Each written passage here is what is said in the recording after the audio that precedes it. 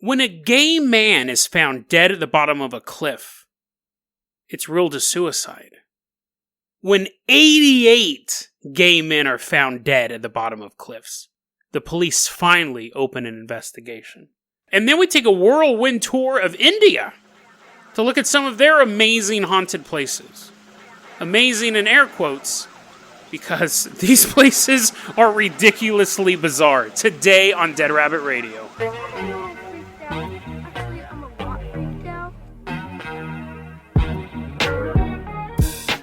Hey everyone, welcome back to another episode of Dead Rabbit Radio. I'm your host, Jason Carpenter. I'm having a great day. Hope you guys are having a great day too. I hope you guys are going to have an awesome weekend. First off, I want to give a shout out to our newest Patreon supporters. It's the fabulous Lavas, Timothy Lava and Beatrice Lava. Beatrice, you may remember, she's the one who broke the news about Forrest Finn's treasure being found, and she sent us the 2028 man story. Really, really appreciate that. Both her whole family's fans of the show. It's totally awesome. If you can't support the Patreon, that's fine too. Just go ahead and get the word out about the show. That really, really helps out a lot. So, Timothy, let me toss you the keys of the Carpenter Copter. Bing! Catch them in your hand. Put them in the ignition. Do helicopters even have keys now that I think about it? I think you just press buttons. Anyways, it doesn't matter. Timothy, take us up in that beautiful Carpenter Copter. We're headed out to Australia. We're flying, we're cutting lines right over the beautiful Pacific Ocean. This first story is a little dark. So sorry about that, Timothy. Sorry that you're flying us to the... We're going to do a lot of traveling, so you'll be able to go to other places. You and Beatrice are going to take turns, but we're flying over the Pacific Ocean. We're headed out to Australia. We're specifically headed to Bluefish Point. That's in North Head, Australia. It's December 10th, 1988. There's a man named Scott Johnson. He's 27 years old. He's a gay man. He moved from America to live in Australia with his lover. But when his naked body's found at the bottom of a cliff, I told you this story is going to be dark. When his naked body is found at the bottom of a cliff, it's ruled as a suicide. Now his brother, this is one of those things that just happens to be serendipitous. His brother was extremely wealthy, powerful man. His brother's name is Steve Johnson. He's a tech entrepreneur. He's the one who actually commercialized the first algorithm to send photographs online. So he ended up selling that to AOL and got a job. He was like a executive with AOL after that. Very, very powerful, rich man. So when his brother commits suicide, he doesn't really buy it. It doesn't really make sense to him. What happens is his brother's lover, who's still in Australia, one day calls up Steve and says, "Hey, there was another gay guy who was found at the bottom of this cliff, and police are starting to think that maybe your brother didn't kill himself. They're going to start investigating this a little closer." Now he got that call in 2005. His brother died in 1988. So there's a long span of time where Steve had to deal with this idea that his brother killed himself. Steve Johnson begins to use his contacts and his wealth, and he sends a team of private investigators down there. Because at first off, you think it's just a one-off thing, an unfortunate one-off thing. It didn't sit right with him, though. He sends a team of investigators down there. They begin working with local law enforcement. They begin to put this together. So first you had Steve, that was ruled as a suicide. The police opened this thing, it was called Operation Parabel. From 1976 to about the year 2000, the police were able to find 88 gay men who had jumped off quote-unquote jumped off these cliffs over that around 30-year period. 88. They had all been considered suicides or accidents. One of the key details, the coroner kept going, it was a suicide, it was a suicide, it was a suicide. And after about 20 years of the coroner saying this, someone brought up to the coroner, "Yeah, that's where a lot of gay people go to, hook up." The coroner's like, "What?" Yeah, that's like a known area where gay men will go to hook up. And the coroner said, "Had I known that back then, when I first started looking at these bodies, I wouldn't have been so quick to say suicide. Because if a location is going to attract gay men to have hookup sex, it's also going to attract people who hate gay people." So the coroner goes, "I kind of wish I had known that ahead of time." What did they find out? They've now ruled 27 of those 88 as homicides. They believe that 27 of those 88 deaths were homicides, were murdered. And just recently, this is how I came across this story. In May 20th, 2020, police knock on Scott White's door. He's a 49-year-old man. Guy opens the door and he looks at the cops and he goes, "Yeah, I knew you were coming."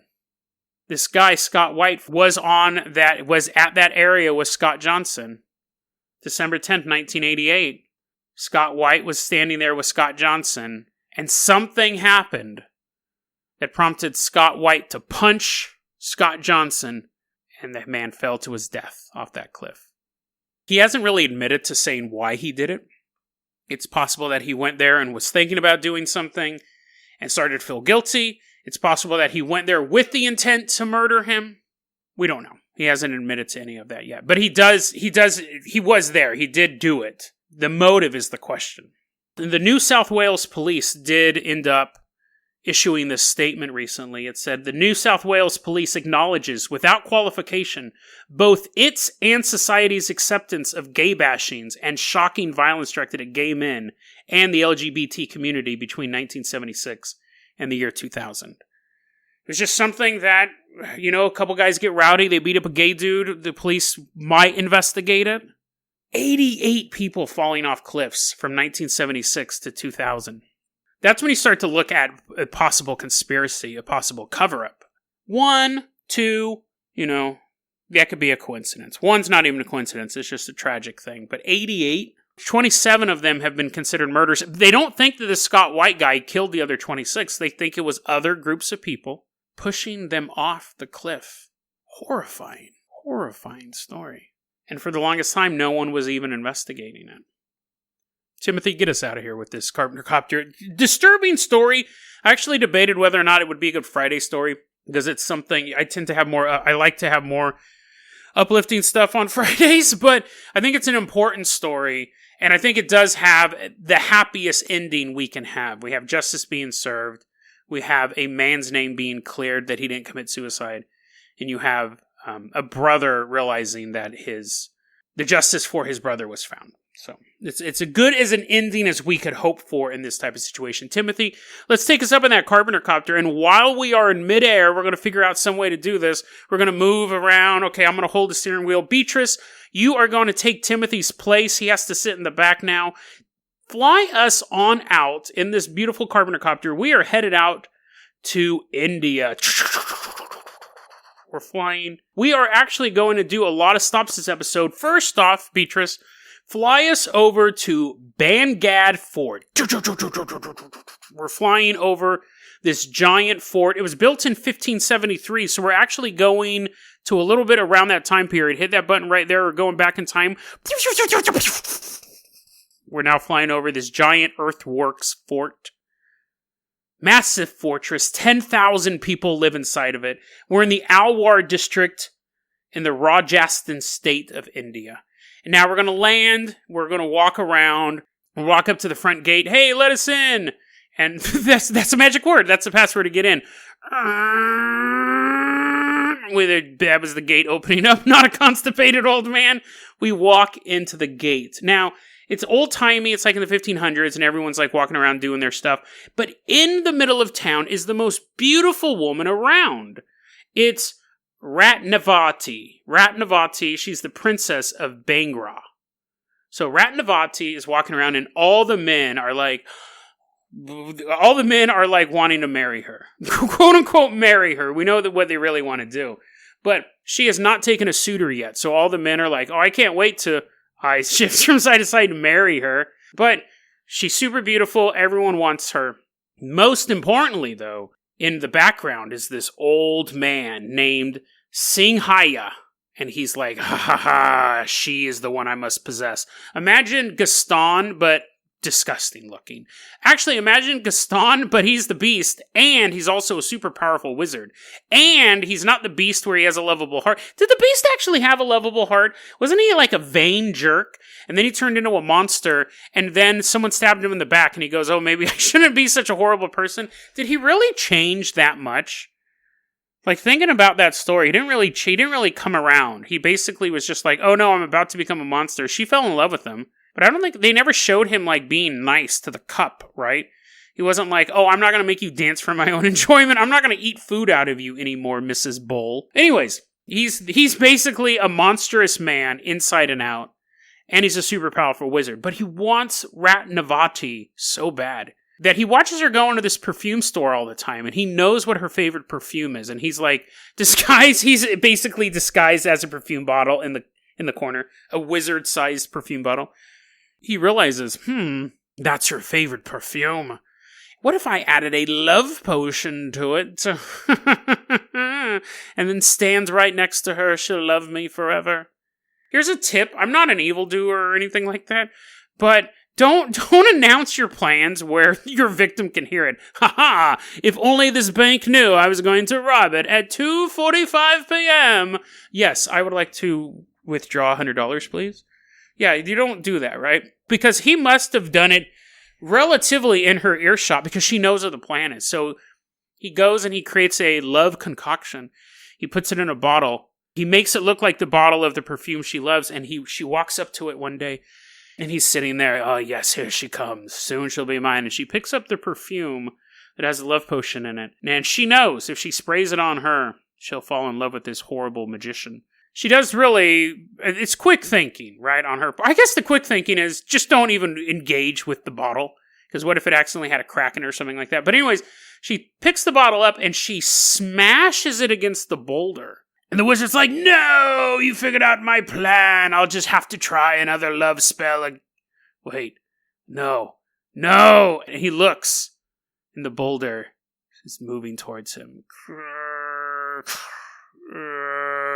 And he's like, no, the boulder can't love. It has no soul. And the boulder starts chasing the wizard through the street because the boulder is madly in love with him. Eventually, the boulder crushes the wizard all over the city streets, and then just lays on top of him. And he's underneath the boulder, and he goes, oh, that was a pretty good trick. It was a pretty good trick, but now everyone in this city will. And everyone's like, well, golly, I wonder what he cursed us with. I wonder what that evil wizard cursed us with. Everyone in the city's going to get rich and powerful? Woohoo, I'm not moving. Well, no, that's not what was the curse. He cursed everyone to die in the city. And sure enough, according to the legend, sometimes a couple days later, sometimes up to a year later, the city was laid siege by a rival army and slaughtered everyone in the city, including the princess. Nobody survived. So, apparently the battle is historical. The question is, how much of the other stuff is historical? The princess might have actually been around. There could have been a wizard walking around, but I don't necessarily believe that he was able to concoct love potions. If the love potion was so powerful, it would make a boulder fall in love with you. The boulder, like, grows giant cartoony eyelashes and big pink lips and is trying to kiss you. If you gave that to a human, she would have been just as obsessed, right? Like, you want a girl to be into you, but at a certain point you're like, I gotta do my own thing. I got magic spells to cast, babe. I want you. Like, nobody wants that level of devotion. So he probably put a little too much power in it anyways. But it doesn't matter. He got his revenge. He cursed the fort for everybody to die. And I actually forgot this part of the story. This is a separate story.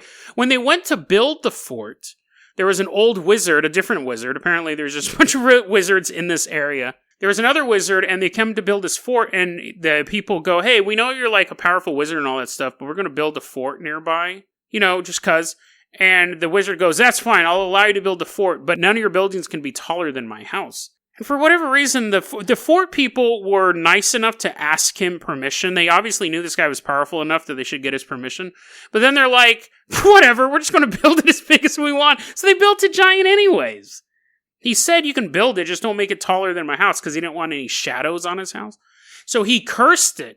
Now, there's a lot of curses going around in the story. The one guy, he gets crushed by a rock, and he curses it so everyone's going to get slaughtered. 10,000 people, remember? Everyone's going to get slaughtered in this thing, and it came true. This first wizard must have just been having an off day, because he goes, if you build this fort bigger than my house, a horrible curse will befall you. The curse is, there's no roofs. Roofs are constantly collapsing, so I mean, the other guy did get 10,000 people killed. You just made it so shoddy engineering happens. Supposedly, I kept coming across this, and it may be true, but supposedly the Archaeological Survey of India, they're in charge of this. It still exists. It's a monument. You can go on tours. Only during the day, the Archaeological Survey has banned anyone from visiting it at night because they said there's too many ghosts. They said it's too spooky. That's what it actually says in the government handbook. Too spooky. You can't go out there at night. There's a bunch of there's like 10,000 ghosts. There might still be some love potion floating around. You might accidentally see a rock and you're like, oh, I'm going to take a nap against this rock. And then like you get it on your back. You get a little bit of love potion goes through your shirt. And the next thing you see is a member of the Archaeological Survey of India walk by and you're like, va-voo-hoo! You're chasing them around all comically. They don't want that happening. So that is our first stop on our Ghost Indian tour. Beatrice, move over. Let's let Timothy back in that carpenter copter. We're going to take turns. We're headed out to the Lambie Dihar Mines in Mussoorie. The Lambie Dihar Mines of Mussoorie is what this is known as. Helicopter, we're leaving behind the fort. We're leaving behind that super cute boulder. Checking it out. It's all super shapely. It looks like one of those fertility statues. Jason, quit staring at the boulder. Give us directions. We're headed out to the Lambie Dihar Mines. It's in the Radin district of Uttarakhand. So in this mine, this giant mining system. We're back in time. There's just a bunch of miners. The job, not the age group, knocking down rocks and stuff like that, making holes in mountains. So when I'm saying back in time, this is one of those stories that I thought was so weird. Let me tell you this story, and then I'll tell you the time period that it takes place in. So what's weird about this story is, I don't know much about the working conditions of India, but if this story is any example of what it's like to work in a mine in India, oh my god, this is insane. Because they're doing this mining operation, right? And it said that there has to be something wrong. There has to be multiple errors with this passage. So what's going on is they're working on this mine, and of course, when you're doing any sort of mining, it has a high fatality rate. A lot of people die mining. In this particular mine, 50,000 people died. 50,000 people died. You go, Jason, you just said mines are super dangerous, and, this mine's probably been in operation for a long time, and maybe not had the best working conditions. I don't know what the unions are like over in India, or if the unions even exist. 50,000 people can die in mines in a given time period. I would agree with you if this story took place like from the 1800s to today. 50,000 people died in the 1990s.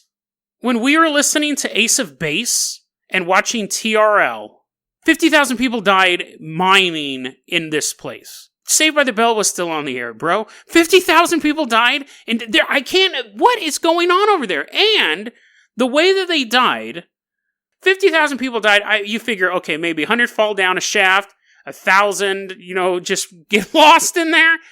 Most of these people died, almost all of them died, from choking on their own blood. Okay? I get it. People build bridges, people fall into the concrete as it's being poured. Like that great song of the Highwaymen. That's where I get all my tragedies from, is country music songs. I did a story recently about the Hoosac Tunnel. People are getting blown up doing that. 50,000 people died. Most of them from vomiting blood. Who was like, ugh, what time is it? Oh, man, I'm running late. Better get to the choking blood mine. Hopefully, I'm not one of those guys who chokes on his own blood today. No, sirree. Nobody knows what's causing it. You go there. They give you all the protective gear possible. Will this help? I don't know. We don't know what's causing people to choke on their own blood. And honestly, I don't think they were handing out protective gear if 50,000 people died in the 1990s. Anyways, these choking blood mines, that's where these people worked. If 50,000 people died, I can only imagine there would have to be, 1 million people working there? I hope it wasn't, they had a labor force of 55,000 people, and they're like, well, there's 5,000 of you left. Good job. Good thing you guys didn't choke on your own blood. I'll see you guys at the next mine. You're like, what? Next mine? I barely made it out of this one. People don't like to go to these mines. I wouldn't, right? I don't think you'll ever see the ghost hunters go out there. They're like, yeah, before we even go in here with our ghost equipment, what exactly caused everyone to choke on their own blood? The foreman's like, I don't know. He never could. Blood's pouring out of his mouth. I think ghost hunters, I think Zach Baggins is a little more intelligent than go to a place where blood is just pouring out of people's throats. But the people in town don't go there. They don't go there at all. Why not? Why do you ask? Other than the fact that 50,000 humans died here, while Amy Grant still had a #1 album. Here's this quote of why they don't travel there. Quote, locals refuse to venture close to the mines after sunset, as they believe that the place is held by a witch whose blood-curdling shrieks could be heard in the deathly silence of night. Oh yeah, dude, thousands of people dying, the mysterious blood, coughing disease, yeah, whatever. Witch? What? You hear a spooky noise in the distance. Oh no, a witch is screaming, I better go hide in this cave. I think the reason why you wouldn't go there wouldn't be the witch noise, which is probably just a fox. Don't go there because 50,000 people died there. Don't go there because while I was watching Terminator 2 at the movie theater, 50,000 people were spilling blood out of their own throat into a cave floor. I don't care about the witch. I don't know if the mines are still in operation. I hope the mines still aren't in operation. I don't even know what they're mining. They were mining hemoglobin. The CEOs are like, little do they know what we really want is that sweet, sweet plasma. Blah, they're throwing it up in a buckets. Anyways, Beatrice, Timothy, this time you guys are going to share control of the Carpenter Copter. You each are holding onto a joystick. It's going to make it super chaotic, but we are flying out to our last location we're visiting. We're flying out to Dow Hill. That's in Curdling in West Bengal. Now, I was getting most of this information from a website called OYO Travel Guide. This was an article entitled Bone-Curdling Adventures at India's Most Haunted Places. Actually, before we get into the last one of the places they listed was this bizarre story about this woman who said she was a princess and the British government owed her a bunch of money. And they took all of her stuff and the government was like, we don't really think you're a princess. We just think you're kind of nuts, but we will give you this patch of land called Malcha Mahal. So she went there. She was living with her kids. It was super gross. It was this rundown hunting lodge. And she is so disgusted with her living situation. She used to be a princess. And again, people are saying historically she actually wasn't a princess, but she felt she was owed more than this, so she decides to kill herself. Her 2 young kids are still there. She decides to kill herself by swallowing diamond dust. I mean, dude, I am totally anti-suicide, but if you gotta go, if you can swallow enough diamond dust to take you off the mortal plane, that's baller, dude. That's something that, like, I think Rick Ross would want to do. That is straight up, like, a baller move. But, I mean, she leaves her 2 kids there, and they're like, no, our fortune. Oh, swallows all this diamond dust. That is actually, first off, that's a great name for a band. Secondly, if I knew someone who killed himself on diamond dust, I'd be like, that's unfortunate, but I'm cutting that stomach open, dude. We're getting some of that diamond dust. Apparently, she did have some money set aside. And then I had this great quote. I don't even know why I said we're going to the next location because I wanted to include this one. Here's this quote about, so the kids are living on. Here's this quote. The eerie story of how these 2 humans, referring to the kids, the eerie story of how these 2 humans have survived here for so long in a place that does not have any electricity, water supply, and is surrounded by trees and a forest is chilling. They wear only black robes. And the brother sometimes goes out on his bicycle to buy food and supplies. They kind of lose the mysterious quality, right? Like if there's a bunch of hermits living in the woods, and you like walk by the house late at night and like you might see like a candlelight moving through the house with no electricity. And the next day you see a guy in a black robe getting a Slurpee. Hey, Jason, how's it going? Oh yeah, the hermit life's really good. Super spooky. I saw you walk by, huh? I had that candle. Yeah, it's pretty cool, huh? Oh, this Slurpee's so good. Yeah, no, I'm gonna get some beef jerky for my sister, and then I'm gonna ride on my bike wearing a hooded black cloak. How's that part even possible? You know he took the cloak off. You know, like when he's hanging at home with his sister, he's like, oh yes, we are servants of darkness. I need to go and get some more refreshments. Then he leaves. Puts his cloak in his backpack. He's all dressed up snazzy, has a tank top on underneath. Driving through town, playing video games at the arcade, and then comes back. He's like, sister, you won't believe the madness outside. But anyways, so yeah, I just thought it was a funny visual. It doesn't have anything to do with ghosts. Those 2 kids are dead now, too. Just, I should say they did grow up to become adults, and they're dead. But that story was real. That story is actually documented. We're turning the Carpenter Copter back around. You guys are both in control of it. We're headed to Dow Hill. That's in Curdling, West Bengal. We're going to wrap it up like this. This quote just speaks for itself. Remember, this is from that OYO Travel Guide. That article, Bone-Curdling Adventures at India's Most Haunted Places. So this is a private school area. the Victoria Boys High School and Dow Hill Girls Boarding School in Curdling, Darjeeling, are believed to be the residence of many spirits whose footsteps can be heard echoing through the hallways. There have been countless murdered bodies found in the woods surrounding the schools, and several locals and tourists report being followed by a headless boy who then disappears into the woods. That's classic ghost story stuff. We don't have 50,000 people coming down with a mysterious disease. We don't have rocks that fall in love with humans or suicide via diamond dust. We have this great story. We have countless murdered bodies in the woods surrounding the school and people being haunted by a headless boy who disappears into the woods. That's what we're here for, India. Thank you so much. Right underneath this story on that OIO travel website, there's a button. Find best hotels in Darjeeling.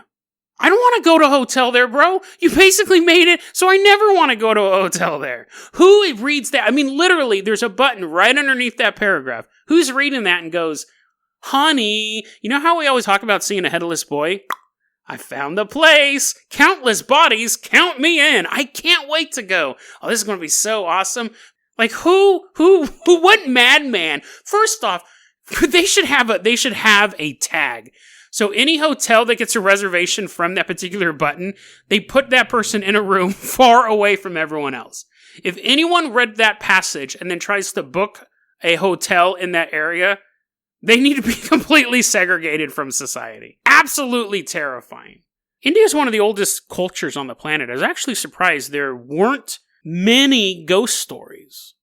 I went through about 3 or 4 top 10 most haunted places in India lists. A lot of them were repeated. These were the 4 most intriguing ones. And the one with the woman eating all the diamond dust didn't even have a ghost in it. It was just kind of a weird location to visit.